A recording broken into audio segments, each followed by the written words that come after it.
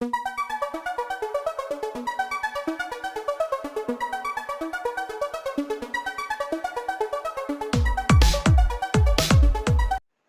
and gentlemen and dear friends, welcome to my YouTube channel RN English Study. I am Razbind Nirala again in front of you to give you a grammar lesson. I have already given 5 grammar lessons in my previous videos. You can view those videos by clicking the links I have given in my description box. And today we will study about words and classification of words. We know that all the words of English have been divided into 8 parts according to their functions in a sentence, and that is called parts of speech. But according to modern grammarians, all the words are classified into 2 categories, and that is called form classes and structure words. See here, form classes and structure words. Let me tell you in Hindi. अंग्रेजी के जितने भी शब्द हैं सभी शब्दों को उनके कार्यों के आधार पर पुराने ग्रामर के अनुसार, ट्रेडिशनल ग्रामर के अनुसार 8 भाग में बांट दिया गया है, जिसको हम लोग पार्ट्स ऑफ स्पीच कहते हैं। लेकिन आधुनिक ग्रामेरियन इन सभी वर्ड्स को 2 भाग में बांट दिए हैं और इसे कहा जाता है फॉर्म क्लासेज और स्ट्रक्चर वर्ड्स। फॉर्म क्लासेज के अंतर्गत नाउन्स, एडजेक्टिव्स, वर्ब्स और एडवर्ब्स आते हैं। ये ऐसे वर्ड्स हैं जिन पर मॉर्फिम का असर होता है, जैसे कि नाउन बॉय, बॉय में यस अगर लगा देते हैं तो हो जाएगा बॉयज। इसी तरह से मैन, इसमें अगर हम MEN ए को ई कर देंगे तो यह हो जाएगा मेन। इस तरह से अब देखिए एस सॉफिक्स है जो बॉय के अंत में जुड़ता है, ए इनफिक्स है जो ए बदल गया ई में, और इस तरह से ये हो गया बॉय से बॉयज, मैन से मैन, सिंगुलर से प्लूरल, सिंगुलर से प्लूरल। तो हम कह सकते हैं कि नाउन पर सॉफिक्स का असर है, इनफिक्स का असर है, इसीलिए इसको फॉर्म क्लासेस के अंतर्गत रखा गया है। इसी तरह से एडजेक्टिव्स है। एडजेक्टिव्स में जैसे कि टॉल, इसमें अगर हम यार जोड़ देते हैं तो टॉलर हो जाता है। जैसे स्मॉल, स्मॉल, इसमें ER जोड़ देंगे तो स्मॉलर हो जाएगा। यह हुआ कंपैरेटिव फॉर्म में। इसी तरह से अगर हम TADL, इसमें EST जोड़ देंगे तो यह हो जाएगा टॉलेस्ट हो जाएगा, है ना। तो हम कह सकते हैं कि एडजेक्टिव्स को फॉर्म क्लासेस के अंतर्गत इसलिए रखा गया है क्योंकि इस पर मॉर्फिम्स का असर होता है। मॉर्फिम इसके अर्थ को बदल देता है, इसके क्लास को भी बदल देता है। वर्ब्स, अब आइए वर्ब्स में। वर्ब्स भी फॉर्म क्लासेस और स्ट्रक्चर वर्ड्स के अंतर्गत रखा गया है, क्योंकि वर्ब्स में जैसे कि प्ले, प्ले वर्ब हुआ, इसमें यदि डी जोड़ देते हैं या डी या ईडी जोड़ देंगे तो क्या हो जाएगा, प्लेड होगा, PLAYED, प्लेड हो जाएगा। और ईडी हो गया सॉफिक्स, तो यहाँ वर्ब्स पर असर कर रहा है सॉफिक्स। इसी तरह से एडवर्ब्स हो गया। एडवर्ब्स जैसे कि स्लो, स्लो एडजेक्टिव है, इसमें LY जोड़ देते हैं तो स्लोली हो जाता है, स्लोली हो गया LY, यहाँ सॉफिक्स हो गया। तो ऐसे हम कह सकते हैं कि फॉर्म क्लासेस वे सभी वर्ड्स हैं जिस पर मॉर्फिम्स का असर होता है, लेकिन स्ट्रक्चर वर्ड्स पर मॉर्फिम्स का असर नहीं होता है। इसमें भी कुछ एडजेक्टिव्स, वर्ब्स, एडवर्ब्स भी हैं जिस पर मॉर्फिम का असर नहीं होता है, इसीलिए वैसे एडजेक्टिव्स, वर्ब्स, एडवर्ब्स को स्ट्रक्चर वर्ड्स के अंतर्गत रखा गया है। जैसे कि अब देखिए एडजेक्टिव्स में जैसे माई हुआ, योर हुआ, आवर है, ये ऐसे वर्ड्स हैं जो किसी नाउन के पहले आते हैं, जैसे कि my pen, your pen, your pen. अब यहां देखिए पेन के पहले माई आया है, यहां भी पेन के पहले योर आया है, और यह एडजेक्टिव है। एडजेक्टिव है जो पेन की विशेषता को बतलाता है। यहाँ भी योर पेन की विशेषता को बतलाता है। यह एडजेक्टिव और पॉजिटिव एडजेक्टिव है, इसीलिए इसको माई को, योर को, आवर को इसके अंतर्गत रखा गया, स्ट्रक्चर वर्ड्स के अंतर्गत रखा गया है। इसी तरह से वर्ब्स हैं, जैसे एक्सिलरी वर्ब्स हैं am, is, are, was, were, etc। ये ऐसे एक्सिलरी वर्ब्स हैं जिस पर मॉर्फिम्स का असर नहीं होता है, इसीलिए इसको रखा गया है स्ट्रक्चर वर्ड्स के अंतर्गत। इसी तरह से एडवर्ब्स हैं, जैसे कि टू हुआ, वेरी हो गया।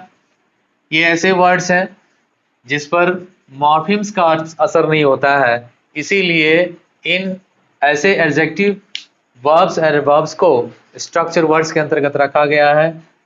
इन्हें रखा गया स्ट्रक्चर वर्ड्स में क्योंकि ये स्ट्रक्चर वर्ड्स के अंतर्गत डिटरमाइनर्स, इंटेंसिफायर और ऑक्सिलरीज के रूप में काम करते हैं। अब आइए यहाँ पर स्ट्रक्चर वर्ड्स। स्ट्रक्चर वर्ड्स के अंतर्गत प्रोनाउंस को रखा गया है, जैसे कि आई, वी, मी भी, मी, योर, ये ऐसे etc एक्सेट्रा, ये ऐसे प्रोनाउंस हैं जिस पर मॉर्फिम्स का असर नहीं होता है। मॉर्फिम जो सफिक्स है, इनफिक्स है, प्रीफिक्स है, मॉर्फिम्स का असर नहीं होता है ना। तो ये प्रोनाउंस है, इस पर किसी तरह का मॉर्फिम का असर नहीं होता है, इसीलिए स्ट्रक्चर वर्ड्स के अंतर्गत रखा गया है। प्रेपोजिशंस हो गया, प्रेपोजिशंस में जैसे कि ऑन हुआ, इनटू, इन, इनटू, etc। ये ऐसे प्रेपोजिशंस हैं जिस पर मॉर्फिम का असर नहीं होता है, इसीलिए इसको स्ट्रक्चर वर्ड्स के अंतर्गत रखा गया है। कंजंक्शंस हो गया, जैसे कि बट, इट, और। इसी तरह से इंटरजेक्शंस हो गया, जैसे एक्सक्लामेशन मार्क हो गया, इसमें हुर्रा, हुर्रा इंटरजेक्शंस है। ऑक्सिलरीज हो गया, ऑक्सिलरीज के भेद है, इसके बारे में मैं अपने नेक्स्ट वीडियो में बताऊंगा। ऑक्सिलरीज जैसे कि इसके भी दो भेद है, अब जैसे कि एम हुआ, डू हो गया, हैव हो गया, कैन हो गया, etc। ये 24 ऑक्सिलरीज है जिसके बारे में मैं बताऊंगा अपने दूसरे वीडियो में। ये भी है स्ट्रक्चर वर्ड्स के अंतर्गत। इन सब पर किसका असर नहीं है? सफिक्स, प्रीफिक्स और इनफिक्स का असर नहीं होता है। इसी तरह से डिटरमाइनर्स हो गया, डिटरमाइनर्स जैसे कि आर्टिकल हुआ, article a an the, a an the या दी, या ऐसे ही जितने भी प्रकार के वर्ड्स हैं जो किसी नाउन के पहले प्रयुक्त होकर के एडजेक्टिव की तरह कार्य करते हैं, वे सभी डिटरमाइनर्स हो गए। जैसे कि ये भी है माई, योर, आवर, ये भी डिटरमाइनर्स के अंतर्गत आते हैं, है ना। डिटरमाइनर्स हो गए, इसके बारे में भी डिटेल में बताएंगे दूसरी क्लास में। इंटेंसिफायर्स ऐसे वर्ड्स है जो किसी एडजेक्टिव्स और एडवर्ब्स के पहले प्रयुक्त होकर के एडजेक्टिव्स और एडवर्ब्स के अर्थ को और स्ट्रॉन्गर और एम्फैटिक बना देता है। जैसे हम कहते हैं टू हैप्पी, टू हैप्पी, यहाँ हैप्पी क्या हो गया? हैप्पी हो गया एडजेक्टिव, और यहाँ टू हो गया इंटेंसिफायर, इसीलिए इसको रखा गया स्ट्रक्चर वर्ड्स के अंतर्गत। सेंटेंस कनेक्टर्स, जैसे कि नाम से ही स्पष्ट हो रहा है कि सेंटेंस, सेंटेंस वाक्य, और कनेक्टर्स जो वाक्यों को जोड़ता है, अर्थात जो वाक्यों को जोड़ता है उसको सेंटेंस कनेक्टर कहा जाता है। जैसे कि हो गया देयरफॉर, देयरफॉर हो गया, हैंस हो गया, HENC, हैंस, ये सभी क्या है? सेंटेंस कनेक्टर्स है जिस पर सफिक्स, प्रीफिक्स और इनफिक्स का कोई असर नहीं होता है। अब आते हैं हम सबऑर्डिनेट्स या सबऑर्डिनेटर्स। सबऑर्डिनेट्स सबऑर्डिनेट क्लॉज के पहले प्रयुक्त होता है, और यह सबऑर्डिनेट क्लॉज प्रिंसिपल क्लॉज के साथ जुड़ने के बाद उसका अर्थ पूरा हो पाता है। इसको हम सबऑर्डिनेट्स या सबऑर्डिनेटर्स भी कहेंगे, जैसे कि टिल हुआ, टिल, वेदर, ये सभी सबऑर्डिनेटर्स हैं जो सबऑर्डिनेट क्लॉज के पहले आकर के सबऑर्डिनेट क्लॉज की शुरुआत करता है। इसके बारे में हम लोग क्लॉज चैप्टर में पढ़ेंगे। उसके बाद आता है क्वेश्चन वर्ड्स। ऐसे ही क्वेश्चन वर्ड्स इस अर्थ से ही पूरा हो पा अर्थ से ही हम समझ पा रहे हैं कि ये क्वेश्चन वर्ड्स अर्थात जिससे क्वेश्चन पूछा जाता है, जैसे कि व्हाट हुआ, व्हाट है, विच है, ये सभी है क्वेश्चन वर्ड्स। इस तरह से देखिए form classes and structure words जो है अंग्रेजी में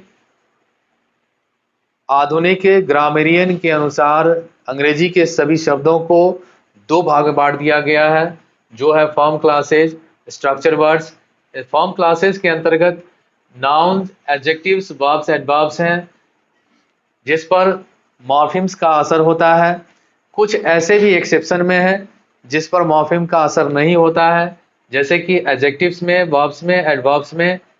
जो उदाहरण आप लोग देख रहे हैं यहाँ पर, ये फॉर्म क्लासेस के अंतर्गत है। स्ट्रक्चर वर्ड्स के अंतर्गत जितने भी वर्ड्स हैं सभी पर सफिक्स, इनफिक्स, प्रीफिक्स या हम कह सकते हैं कि मॉर्फिम्स का असर नहीं होता है। तो इस तरह से हम लोगों ने पढ़ा form classes and structure words. अब इसमें से प्रोनाउंस के बारे में अगर डिटेल में पढ़ना है तो एक दूसरी क्लास में होगा। ऐसे ही करके प्रीपोजिशंस का, कंजंक्शन का, सबका बारी बारी से बताया जाएगा।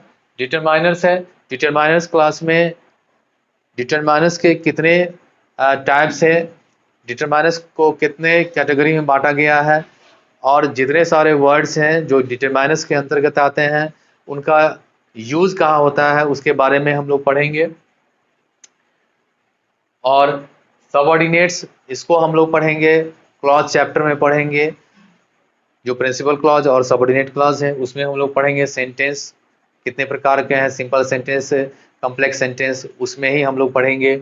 इस तरह से हम लोगों ने इसके बारे में जाना। अब तक आपने अगर मेरे YouTube चैनल को सब्सक्राइब नहीं किया है तो सब्सक्राइब कर लीजिए, लाइक कर दीजिए, बेल आइकन को दबा दीजिए और ज़्यादा से ज़्यादा कमेंट कीजिए, क्योंकि आपका कमेंट ही मुझे इंस्पायर करता है। आज के लिए इतना ही। Thank you very much.